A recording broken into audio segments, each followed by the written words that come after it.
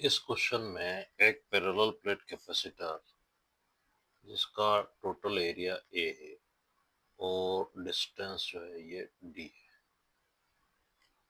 जिसको 4 पार्ट में फिल किया गया है। जैसा आप देख रहे हैं, ये वाला पार्ट K1, ये वाला पार्ट K2 और ये वाला पार्ट K3, और इनका एरिया A/3 है हर एक का।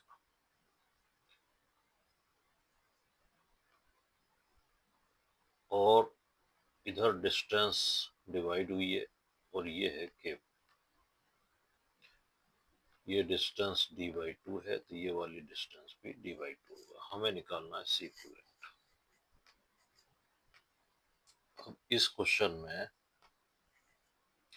इसको हम पहले रिड्रा कर लेते हैं, हॉरिजॉन्टल को वर्टिकल बनाते हैं, इसके 2 पार्ट करते हैं d/2 और d/2। यहाँ K4 है, ठीक है, और फिर यहाँ 3 हिस्से हैं K1, K2, K3।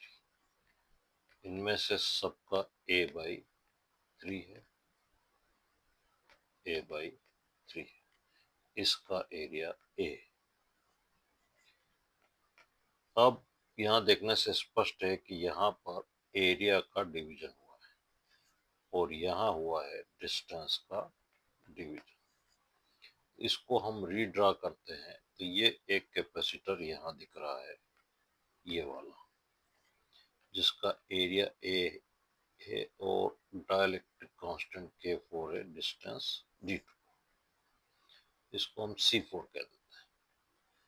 और उसके सीरीज में ये 3 जो है ये पैरेलल कॉम्बिनेशन में है, क्योंकि यहाँ एरिया डिवाइड हुआ है, तो ये 3 हो गए, ठीक है।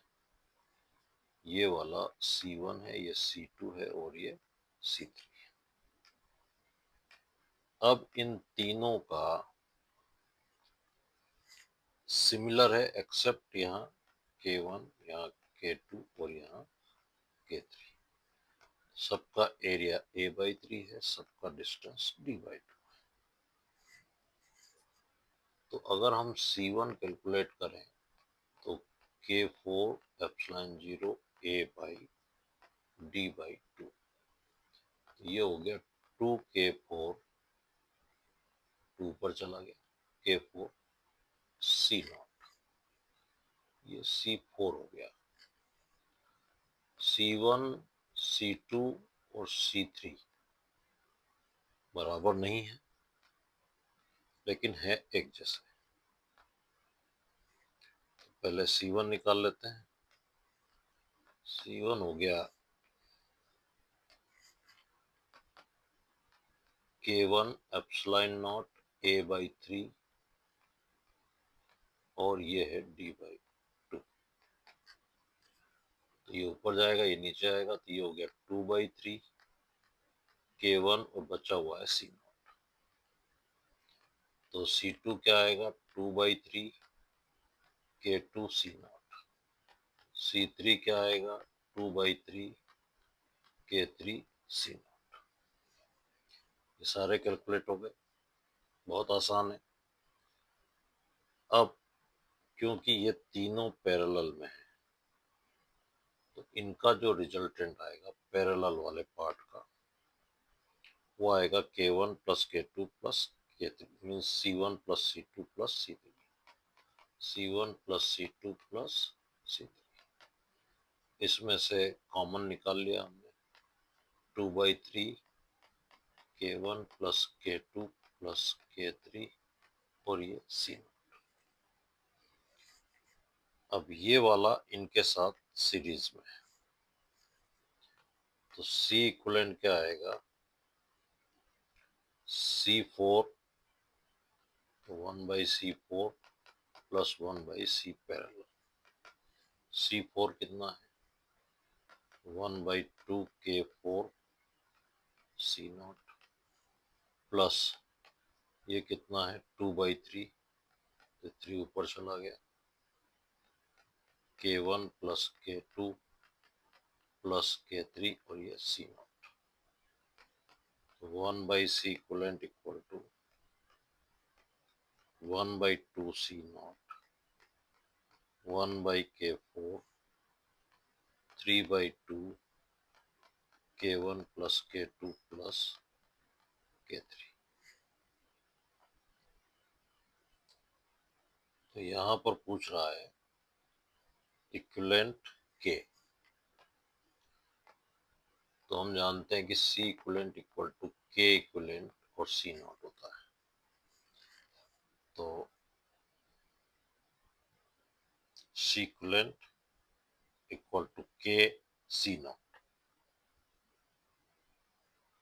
अगर इसका रिवर्स करें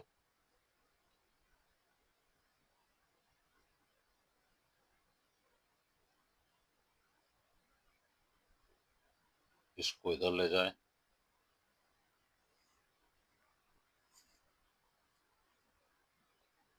इसको देखने से स्पष्ट है 1/C equivalent equal to K upon C not. तो K इक्विवेलेंट ये हुआ। तो 2/K equivalent equal to 1/K4 plus 3/2 K1 plus K2 plus K3।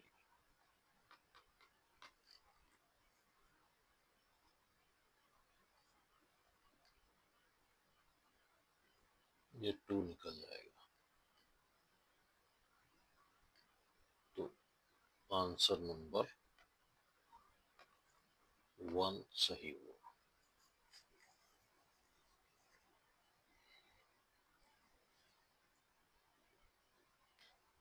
क्योंकि ये 2 कॉमन आ गया था, इसलिए इस 2 को हटाना होगा।